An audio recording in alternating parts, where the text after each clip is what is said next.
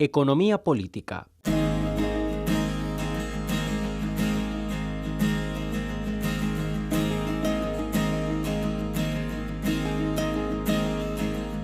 La economía, los temas económicos son objeto de conversación para una gran mayoría de nosotros. Hablamos en casa, en el trabajo, en la calle. Nos preocupa nuestra economía doméstica, que se ve seriamente afectada por las directrices económicas que rigen en el país y más de unos años acá con la grave crisis económico-financiera que tenemos.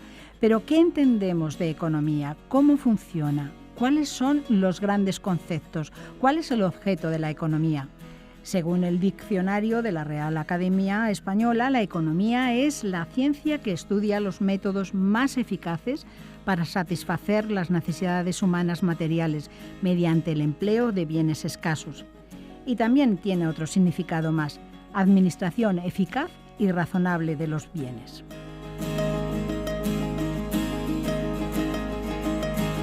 Si le interesan los temas económicos o quiere estudiarlos más a fondo, hoy en el último tramo del programa Sin Distancias les presentamos la serie Economía Política, que tiene como objeto explicar los principales conceptos, hechos, estructuras o modelos económicos.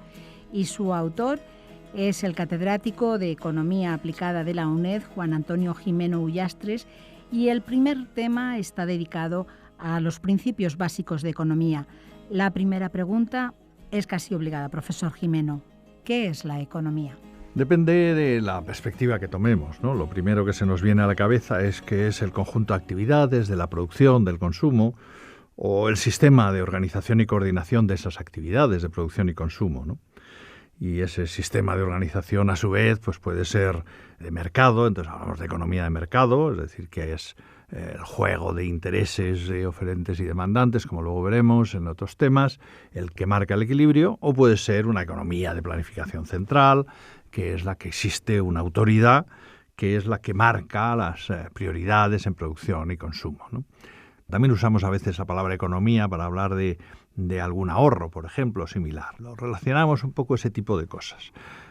Pero realmente aquí lo que estamos intentando es dar entrada a una ciencia, la ciencia de la economía, que es la que estudia todos esos problemas, ¿no? La producción, el consumo, la distribución, aquella administración de unos recursos escasos susceptibles de usos alternativos. Convencionalmente, pues hay un poco dos enfoques básicos, ¿no? Lo que se llama la microeconomía, que estudia cómo se comporta cada sujeto, cómo se comporta cada elemento de los que formamos partes del entramado económico, y la macroeconomía, que es la que estudia las magnitudes agregadas. O sea, de alguna forma podríamos decir la microeconomía estudia los árboles y la macroeconomía estudia el bosque, ¿no? La visión global o la visión particular, por supuesto muy interrelacionadas entre sí. Además de esto, a mí me gusta definir a veces la economía como la ciencia preocupada por satisfacer las necesidades humanas, ¿no? Es decir, poner un poco el acento en que un economista debe estar preocupado por quiénes satisfacen sus necesidades, cómo y si realmente a todos los ciudadanos se les garantiza que cubren sus necesidades. Algunos han definido la economía como la ciencia de la elección. ¿Eso es correcto? Parcialmente sí. Solo fijarse en un aspecto siempre es un poco empobrecerlo. Pero sí, otros han hablado un poco parecido, han hablado de la ciencia de la escasez, ¿no? En el fondo la idea es que siempre que decidimos algo en la vida, de alguna forma implícitamente hacemos un análisis de beneficios y costes, ¿no? Es decir, en cualquier decisión personal que tomamos es esto me gusta, me atrae, me va a dar algo, me va a dar ilusión, bienestar, riqueza, lo que sea, ¿no? Cual sea el objetivo que buscamos, pero tiene un coste, ¿no? Un coste que es no solo el coste monetario, lo que tenemos que pagar muchas veces, ¿no? Sino que en economía ponemos el acento en el coste de oportunidad. Es decir, y por eso un poco lo de la ciencia de la elección. Cuando elegimos una cosa, renunciamos a otra. Cuando elegimos comprar A, estamos renunciando a comprar B con ese dinero. Cuando elegimos hacer una cosa, estamos renunciando a hacer otra en ese periodo de tiempo, ¿no? Como decíamos antes, si estamos hablando de recursos escasos susceptibles de usos alternativos, estamos eligiendo entre lo que hacemos con esos recursos que no tenemos para hacer todo lo que queramos. No tenemos todo el tiempo del mundo, no tenemos todo el dinero del mundo, no tenemos toda la tierra del mundo, ¿no? Y entonces tenemos que elegir, ¿no? ¿Qué hacemos con nuestro dinero? ¿Qué hacemos con nuestro tiempo? ¿Qué plantamos? ¿O lo dedicamos a agricultura o a la ganadería o a prospecciones minerales, ¿no? Entonces, ese concepto de la elección tiene que ver con todo este proceso, que realmente nos enfrentamos a tener que elegir entre alternativas y renunciar a otras. Hay que subrayar eso, el coste de oportunidad, el coste a lo que renunciamos, ¿no? Porque, claro, de alguna forma la idea de la escasez es un concepto relativo, ¿no? Que tiene que ver también con las ambiciones, con lo que buscamos y perseguimos. Y si nuestras ambiciones son desmesuradas, pues la escasez parece más probablemente que si son unas ambiciones más moderadas, ¿no? O sea que aquí, como en tantas cosas en economía, tendríamos mucho que debatir, ¿no? Y una idea que interesa resaltar es que muchas veces más que elegir qué, hay que elegir cuánto, ¿no? Es decir, eso que en algunos de los viejos manuales decían la paradoja del agua y los diamantes, ¿no? Como el agua es mucho más necesaria y vital y, sin embargo, el precio es mucho más bajo que los diamantes, que son mucho más innecesarios, ¿no? Y el problema está en que en el momento en que empieza a escasear el agua, supongamos un cataclismo o supongamos que estamos perdidos en el Sáhara, si llevamos unos diamantes en el bolsillo, los damos encantados porque nos den agua, ¿no? ¿Por qué? Porque las decisiones las tomamos sobre el agua que ya tenemos y sobre otras cosas que tenemos, ¿no? Eso es lo que llamamos el que las decisiones las tomamos en el margen. Es decir, estamos en el fondo siempre eligiendo un vaso más de agua, un traje más, un coche más o uno menos, ¿no? Entonces, el análisis marginal, que es el que se usa en el enfoque dominante hoy en la ciencia económica, pone el acento en esto, ¿no? En que no elegimos A o B, sino un poco más de A costa de un poco menos de B, o un poco más de B a costa de un poco menos de A, ¿no? Y entonces, eso es importante, porque muchas veces se olvida que partimos de lo que ya tenemos a la hora de las decisiones, ¿no? Y elegimos, por lo tanto, a partir de lo previo, de lo que ya tenemos, y elegimos también, y es importante destacarlo, en función de los incentivos y desincentivos que tenemos, ¿no? Esto en economía también va a ser fundamental. Valoramos muchísimo a la hora de explicar las decisiones qué incentivos tienen las personas para hacer algo o no hacer algo, ¿no?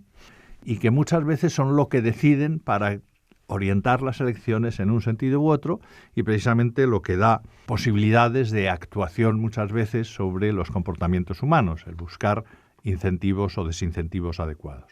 Pero al final la economía es un intercambio constante de bienes y servicios, ¿no? Claro, no vivimos aislados, o sea, las decisiones que tomamos las tomamos en un contexto social y por eso en la economía nunca podemos olvidar que es una ciencia social y que todos los factores correspondientes nos influyen y los necesitamos para explicar los comportamientos de todos los agentes económicos, ¿no? Porque, digamos, podría pensarse en una economía tipo Robinson Crusoe, ¿no? Yo intento satisfacer todas mis necesidades yo solo.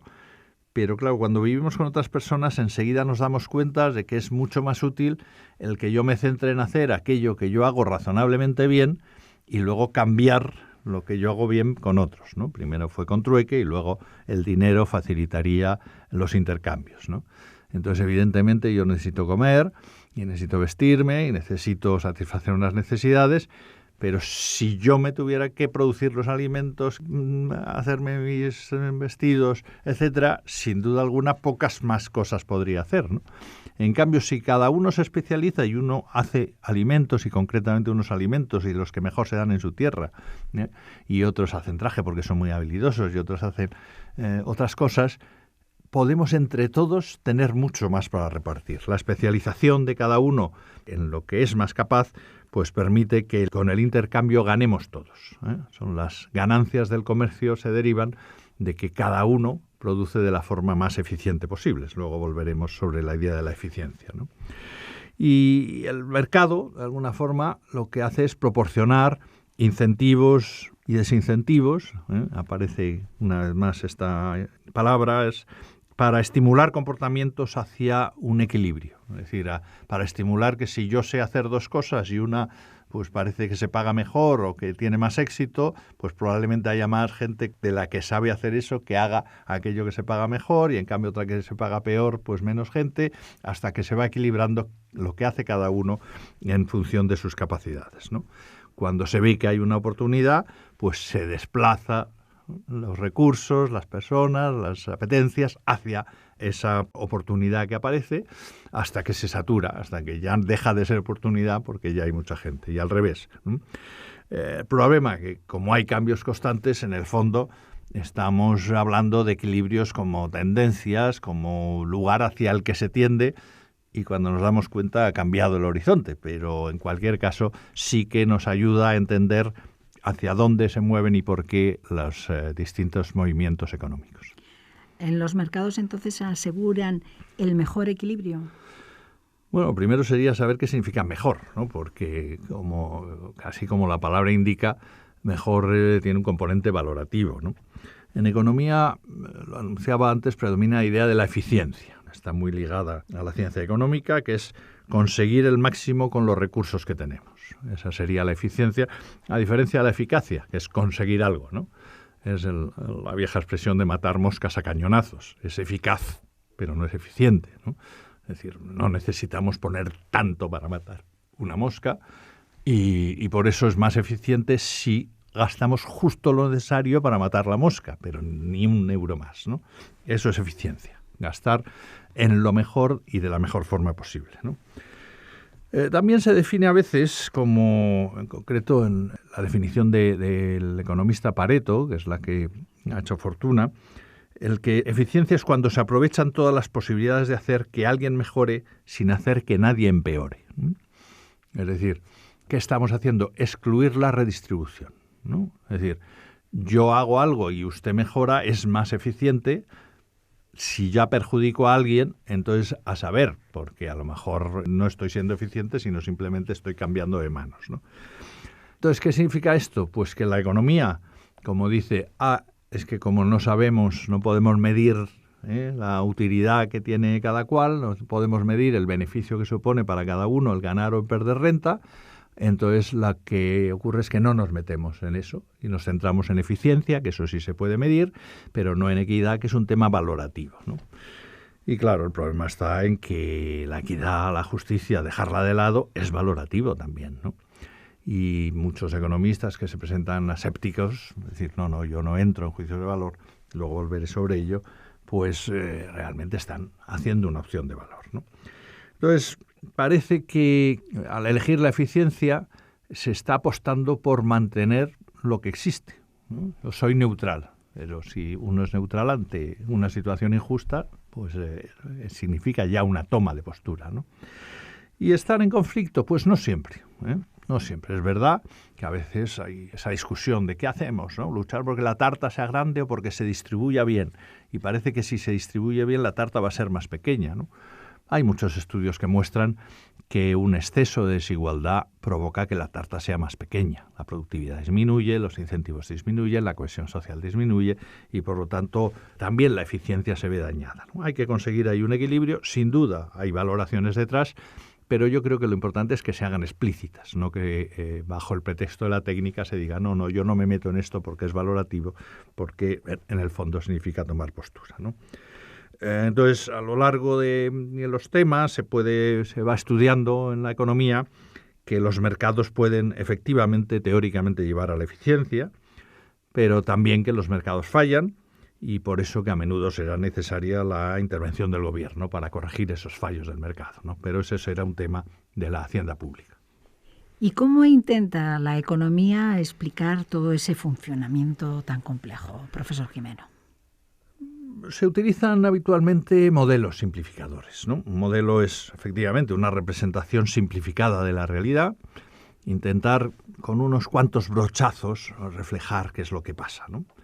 Eso significa que al hacer un modelo uno es consciente de que deja fuera muchos aspectos, pero precisamente como la realidad es inabordable, lo que intentamos es conseguimos separar los básicos, los fundamentales.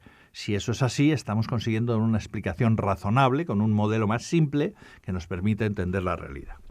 Esto se basa en que estamos describiendo con estas variables lo que va a pasar si todo lo demás no varía, ¿no? Una cláusula ceteris paribus, utilizando la expresión en latín, que es muy conocida entre los economistas, ¿no? Si todo lo demás no varía, pasa esto y pasa esto otro. Eso es lo que dice el modelo, ¿no? Esto es lo primero que hay que subrayar, ¿no? Cuidado, ¿no? Porque a veces uno enuncia muy bien el modelo, dice, bueno, esto, pero las limitaciones son que no tenemos en cuenta A, B, C y D, pero a veces ves que en el desarrollo se olvida el economista que ha dejado fuera todo aquello otro y entonces empieza a dogmatizar como si contemplara todas las variables y por eso tantos errores, ¿no? A ver, un modelo muy sencillo, ¿no? Un ejemplo de modelo de explicar la realidad de lo que estamos hablando, pues el modelo de la frontera de posibilidades de producción, ¿no? Entonces, ¿qué nos dice ese modelo? Pues representa que con los medios que tenemos, ¿cuál es el máximo que podemos producir? ¿Qué son los medios que tenemos? Pues son los factores productivos, ¿no? Aquí metemos tradicionalmente pues tierra, trabajo, capital, ¿no? De alguna forma es con qué recursos contamos y la tecnología es cómo manejamos, con qué conocimiento, con qué habilidades, con qué organización, con qué tecnología estamos utilizando esos factores que tenemos, ¿no? Y eso nos da el máximo que podemos producir. Y si simplificamos, y el modelo que se utiliza para hacer la curva de frontera de posibilidades de producción es entre dos bienes, supongamos que tenemos que elegir entre dos bienes, pues este modelo tan sencillo ilustra muchas cosas, ¿no? Ilustra, por ejemplo, el costo de oportunidad, es decir, nos damos cuenta que si producimos más de A, producimos menos de B, ¿no? Si dedicamos más recursos a producir unas cosas, pues es a costa de no producir otras, ¿no? Nos ilustra sobre la eficiencia, es decir, realmente el punto en el que estamos está en esa curva máxima de lo que podemos producir o no está en la curva máxima, porque si no está en la curva máxima significa que podemos mejorar y podemos hacerlo más eficientemente para conseguir llegar al máximo, si no estamos desaprovechando recursos, ¿no? Y nos ilustra también sobre el crecimiento, por ejemplo, ¿no? Si esa curva logramos desplazarla hacia más adelante, hacia más producción de A o de B, pues significa que hemos mejorado, que tenemos más o mejores factores productivos o que tenemos mejor tecnología, que por lo tanto podemos producir más que antes, ¿no? Entonces vemos así como un modelo tan sencillo, una relación entre lo que podemos producir de esos bienes, nos ayuda a explicar bastantes de los conceptos que hemos visto hasta el momento. ¿Puede referirse a algún otro modelo de carácter introductorio como este del modelo de la frontera de posibilidades de producción? Sí, claro. Por ejemplo, uno de los más potentes es el flujo circular de la renta. El flujo circular de la renta, siendo sencillísimo, es prácticamente una representación de lo que es la actividad económica, ¿no? En el flujo lo que hacemos es reflejar que hay, para empezar simplificadamente, dos grandes agentes económicos, ¿no? Están los hogares, de economías domésticas, por un lado, y las empresas, ¿no? Los hogares, que son, por un lado, los consumidores y, por otro lado, los que tienen los factores de producción, la fuerza de trabajo, y sean propietarios también de otros medios de producción, ¿no? Y las empresas, que son las unidades donde se elaboran, se ordenan esos factores productivos y se obtienen los bienes que consumen los consumidores, ¿no? Entonces ese es un flujo, ¿no?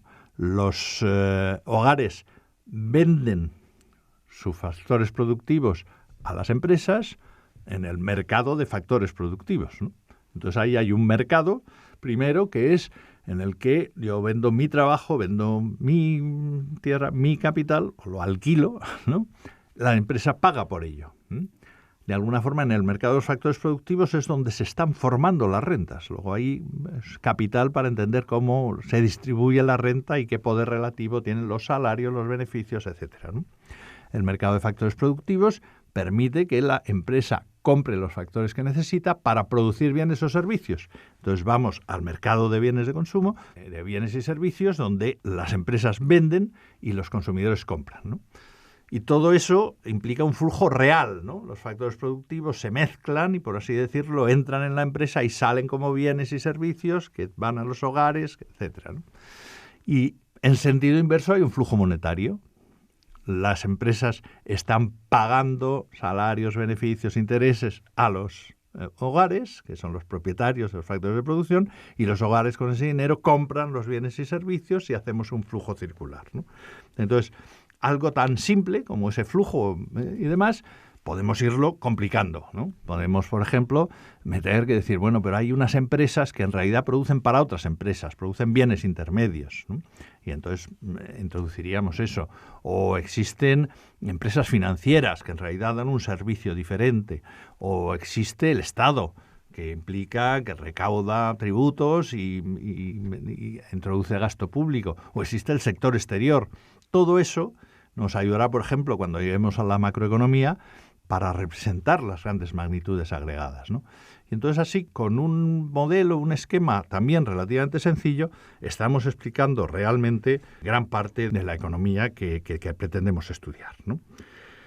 Y ese es el objetivo de los modelos, que permiten pues, conocer o explicar, entender un poco mejor la complejidad del mundo económico. ¿Y los modelos también permiten predecir el futuro y sugerir políticas? Los modelos en realidad responden en principio fundamentalmente a lo que se llama la economía positiva o el enfoque positivo de la economía, ¿no? La economía positiva es la que intenta describir simplemente la realidad, ¿no? Evidentemente, de ahí intentamos sacar algo más. Intentamos sacar predicciones, intentamos sacar proyecciones de lo que podría hacerse para corregir esa realidad, ¿no? ¿Y qué ocurre? Que primero, en las proyecciones, si las basamos en los modelos, como antes decíamos, que hay muchas variables que hemos dejado fuera, el peligro de que el ceteris paribus no funcione, es decir, que lo demás varíe, es tan grande que los economistas solemos ser mejores para predecir el pasado que el futuro, ¿no? E incluso el pasado no siempre lo predecimos bien, ¿no? Entonces, porque el modelo muchas veces lo tenemos que cambiar para ver si así podemos predecir el pasado mejor de lo que lo hemos explicado, ¿no? Y cara al futuro, pues desgraciadamente se dice esa anécdota, ¿no? Que dicen por un lado, por otro lado, dice, pero bueno, es que siempre hay dos lados, ¿no? Porque claro, si varía tal aspecto, si varía tal otro, entonces la predicción será diferente, ¿no?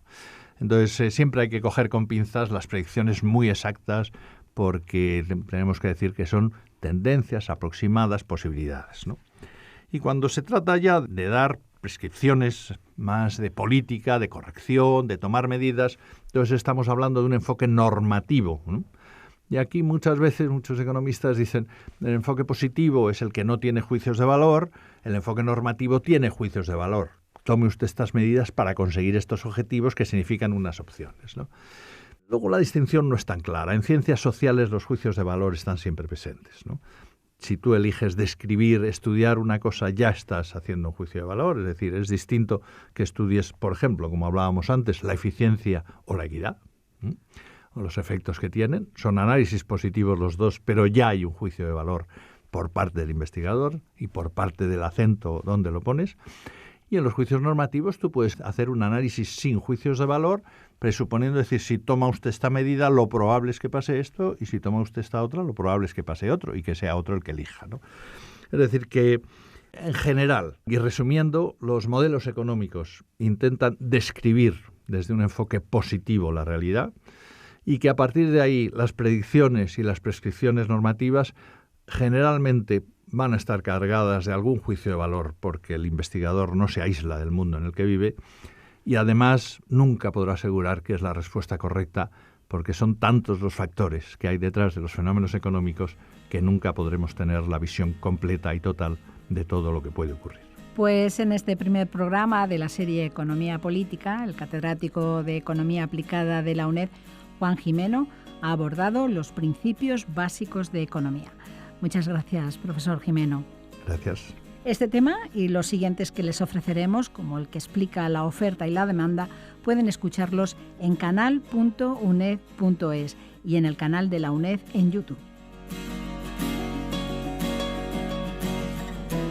Mañana les esperamos de nuevo en Radio 3 y en este tiempo de Radio Educativa y Cultural de la UNED. Adiós.